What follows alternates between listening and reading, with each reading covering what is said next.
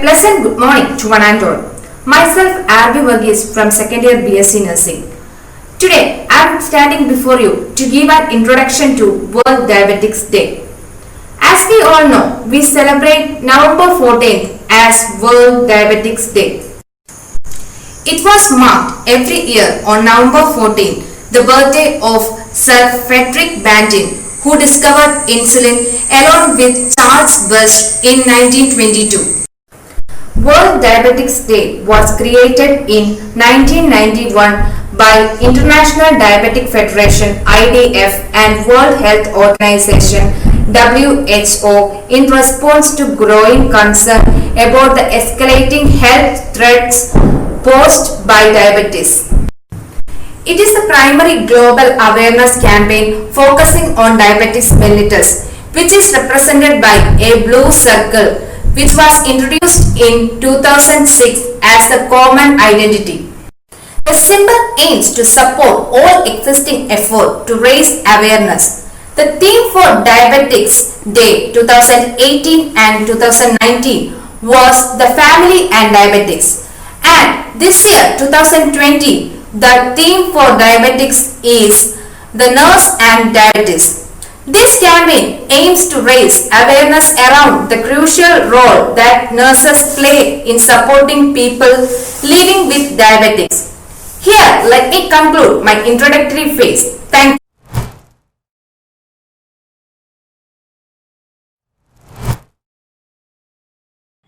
I am Nirmita Biswas from second year BSc. Now I would like to discuss a short definitions of the diabetes mellitus. Diabetes mellitus is a disease which occurs in our body. The insulin level is elevated. In these conditions, the metabolisms of the carbohydrates and fats is abnormal. According to the WHO, diabetes mellitus is a metabolic disease and the endocrine disease which occurs in the adolescence period and the childhood. Diabetes mellitus is a disease, acute disease and the chronic disease. Chronic disease are both not to be cured. Acute disease which is characterized by the hyperglycemia and the chronic disease which is characterized by the damage, dysfunctions and the organ failure. In the most common things is the vascular damage. We all know the whole things. Diabetes mellitus is a disease which occurs in our body when the blood level, sugar level is elevated or the high. Diabetes mellitus is a 3 types. Now I would like to invite Gina to continue this session. Thank you.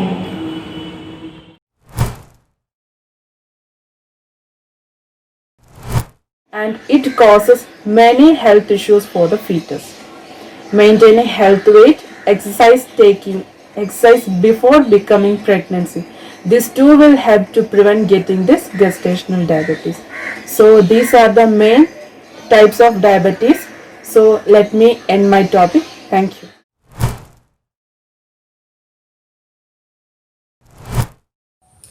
Respected teachers, principal and my dear friends, let me introduce myself. My name is Sridevi PT from second year BSc Vishwasai College of Nursing. Let me start my topic, that is causes of diabetes. Healthcare providers do not yet know that causes diabetes. There are some factors may increase your chances to getting diabetes. Family history of diabetes or inherited tendency, being overweight, 20% or more over your desired body weight, physical stress such as due to surgery or illness, use of certain medications including steroid or blood pressure medications, injury to pancreas such as infections, tumor, surgery or accidents, autoimmune diseases, high blood pressure that is hypertension, abnormal blood cholesterol or triglyceride level, age. Age, we have to know older adults are at a high risk for the development of type 2 diabetes due to the combined effect of increasing insulin resistance and impaired pancreatic islets functions with aging.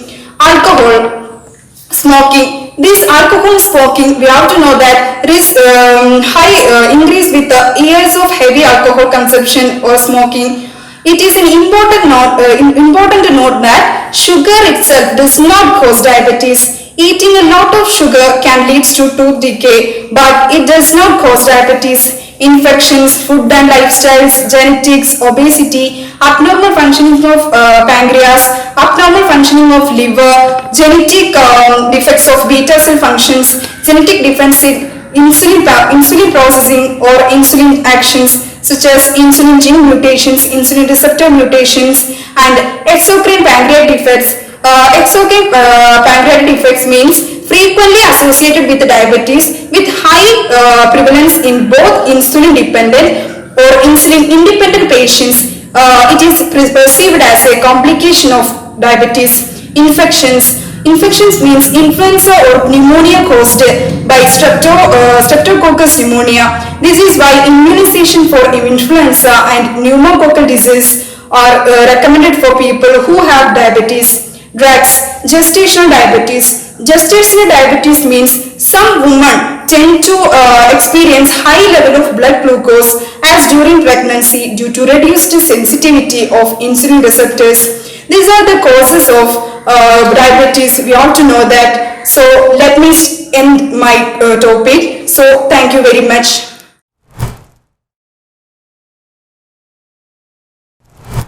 Myself Shampadas from second year BSc. I am going to discuss about the risk factor of diabetes. Risk factor of diabetes depend on types of diabetes.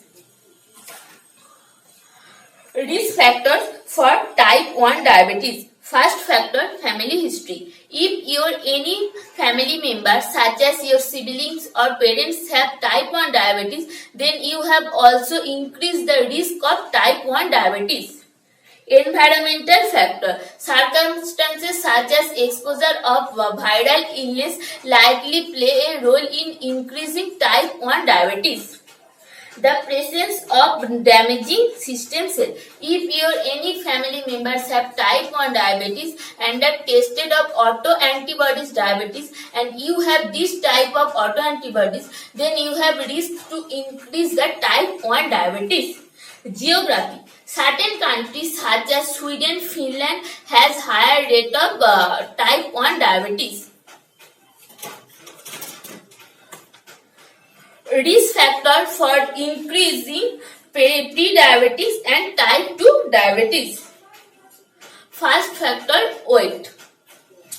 If you have more fatigue issue, then you have the greater risk of increasing type 2 diabetes. Inactivity. If you are less active in your work, then you have great risk to increasing type 2 diabetes.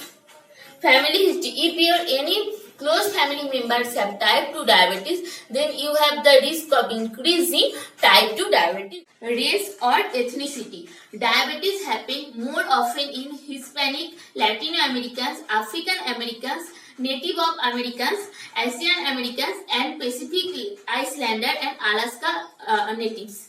Age.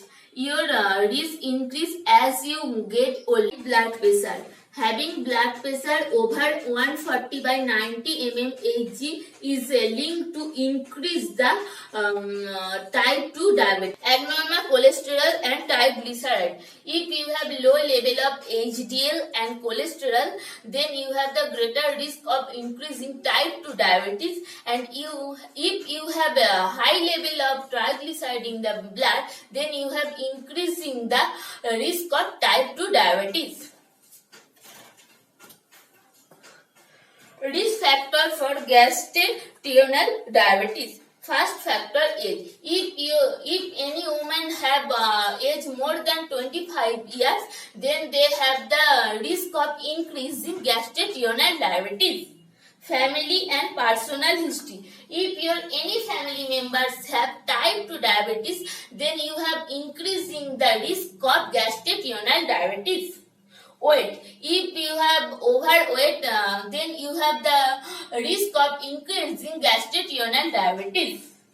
Race or ethnicity. Polycystic ovary syndrome. If any woman have polycystic ovary syndrome, conditions such as irregular menstrual period, then they have the higher risk of increasing gestational diabetes. That's all. Thank you.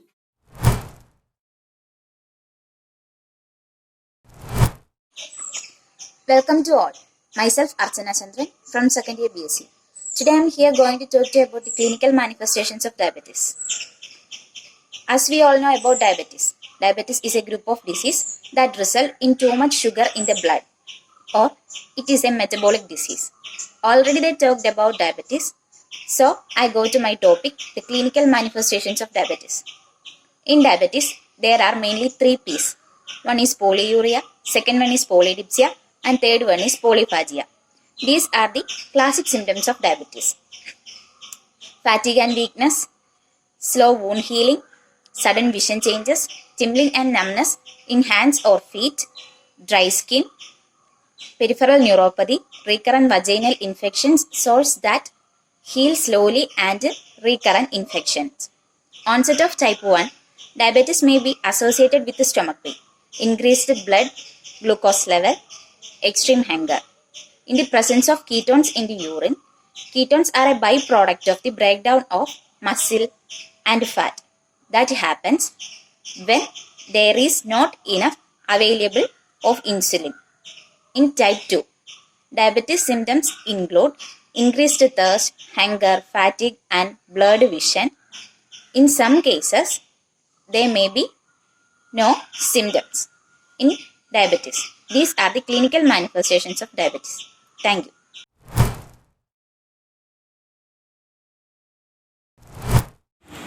Myself Heben K. Varghese from second year BSc.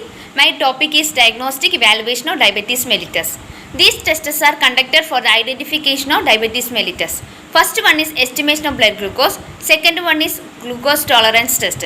Estimation of blood glucose means the measurement of the blood glucose is indicative of current state of carbohydrate metabolism. Depending on the time of collection, first one is fasting blood glucose after an overnight fast. Second one is post-meal or post-prandial glucose 2 hours after the subject has taken a normal meal. Third one is random blood glucose any time of the day. Glucose tolerance test. Glucose tolerance means the ability of the body to utilize glucose in the blood circulation. It is a medical test in which a glucose is given and blood samples taken afterwards to determine how quickly it is cleared from the blood. The test should not be done in ill patients. Types of glucose tolerance test. Standard oral glucose tolerance test. A standard dose of glucose is ingested by the mouth and blood vessels are checked after 2 hours. IV glucose tolerance test. This test is undertaken for the patient with malabsorption. Mini or modern glucose tolerance test. As per the recommendation of WHO, in the mini or modern glucose tolerance test, only 2 samples are collected. Fasting and 2-hour post-glucose load. The diagnosis is made from the variation observed in these results. Thank you.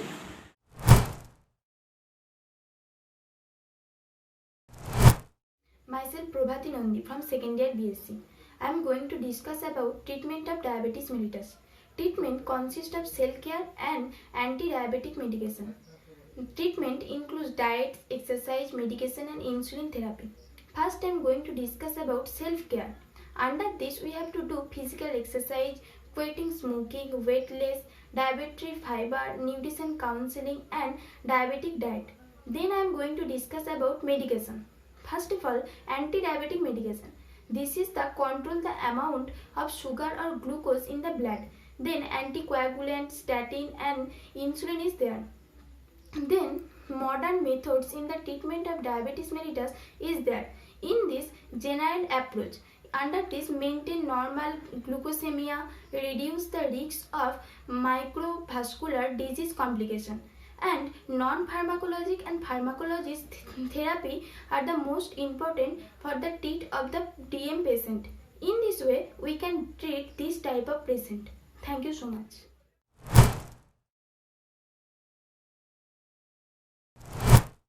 Myself Surya Annam from second year BSc Nursing. My topic is complication of diabetes mellitus. Complication of diabetes mellitus include problems that develop rapidly or over time and may affect many organ systems. The complication of diabetes can dramatically impair quality of life and cause long-lasting disability. The complications are: first one, cardiovascular disease. Diabetes dramatically increases the risk of various cardiovascular problems, including coronary artery disease with chest pain, heart attack, stroke, and narrowing of the arteries. Second one, nerve damage. Excessive sugar can injure the walls of the tiny blood vessels that nourish your nerve, especially in the legs. This can cause numbness, burning, or pain that usually begins at the tip of the toes or fingers and gradually spread upwards. Third one, kidney damages. The kidney contain millions of blood vessels cluster. The filter waste from your blood. Diabetes can damage the delicate filtering system. Severe damage leads to kidney failure and irreversible end stage of kidney disease, which may require dialysis or a kidney transplant.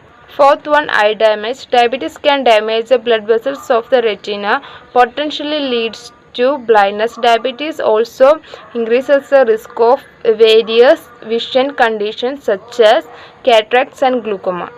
Fifth one, foot damage. Nerve damage in the feet or poor blood supply to the feet increases the risk of various foot complications. Left untreated blisters, cut, and develop serious infection which often heal poorly. This infection may ultimately require toe, foot, or leg amputation. Sixth one, skin condition. Diabetes may leave you more susceptible to skin problems including bacterial and fungal infection. Seventh one, hearing impairment. Hearing problems are more common in people with diabetics. Eighth one, Alzheimer's. Type 2 diabetes may increase the risk of dementia such as Alzheimer's disease. Ninth one is depression. Depression symptoms are common in people with type 1 and type 2 diabetics. Depressions can affect diabetes management. Thank you.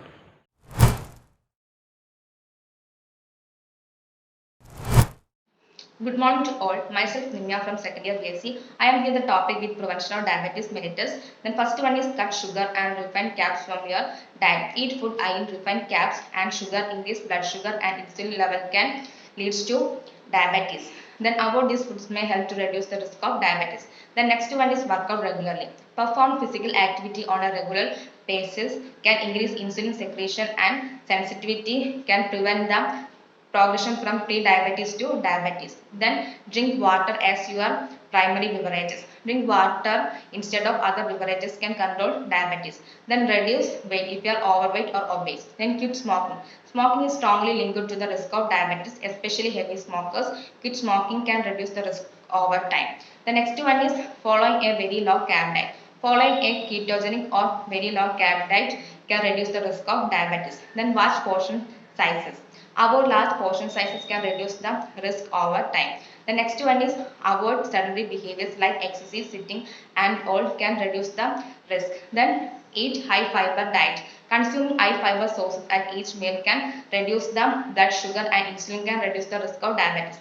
Then minimizing the intake of processed food and focusing whole food can reduce the risk over time. The next one is drink coffee or tea. Drink coffee or tea can reduce the blood sugar and increase insulin sensitivity can reduce the risk over time. Then also reduce the risk of cardiovascular disease. Then see your doctor for regular checkup. These are the way to control the diabetes mellitus. Thank you.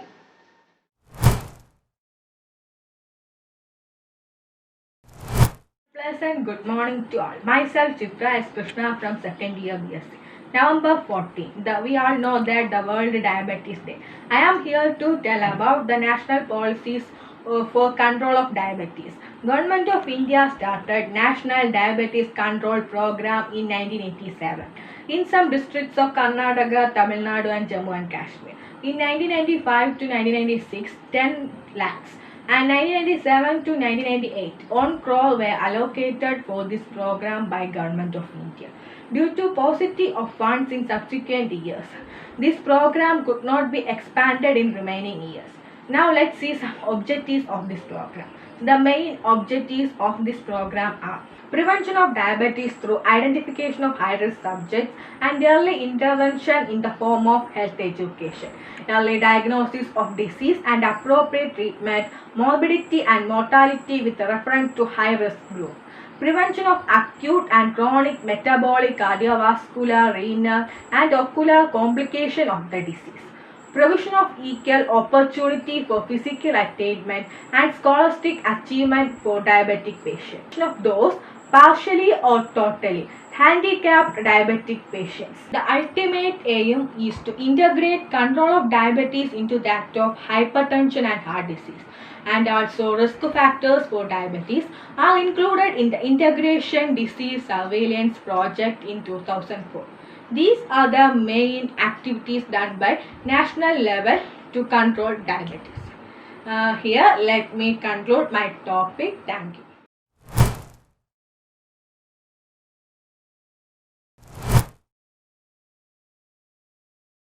Good day to all of you. Myself Panchami PS from second year BSc Nursing. I am here to present a small topic on World Diabetes Day awareness. The campaign is represented by a blue circle logo. The blue circle represents globally symbol for diabetic awareness. Awareness plus education is even more powerful. It helps us to add early diagnosis, the signs and symptoms by diabetes screening campaign. It helps us to provide free information to public. The big blue test. You should test your blood sugar level monthly. Participate in a fundraisers walk for diabetes, education, research and its advocacy. Hope in the hand. Children with diabetes, to show our support, they are not alone by supporting Diabetes Walk for patients who might want to participate with you. Share it on your social media to encourage your family and friends. The Blue Friday. Wear blue on all 4 Fridays of November to show the awareness of diabetes. Insulin for all images. To raise awareness about the lacking access of essential like insulin, test strips, education, healthcare, etc. Promote healthy diet, good lifestyle practices, stress management, exercise, yoga. It's all help us to relieve from that things. There are 463 million people who are affected with diabetes in the world. 77 millions belongs to India. Let me conclude my words. A spoonful of insulin keeps diabetes away. Let's pledge to free a diabetes-free life. Thank you.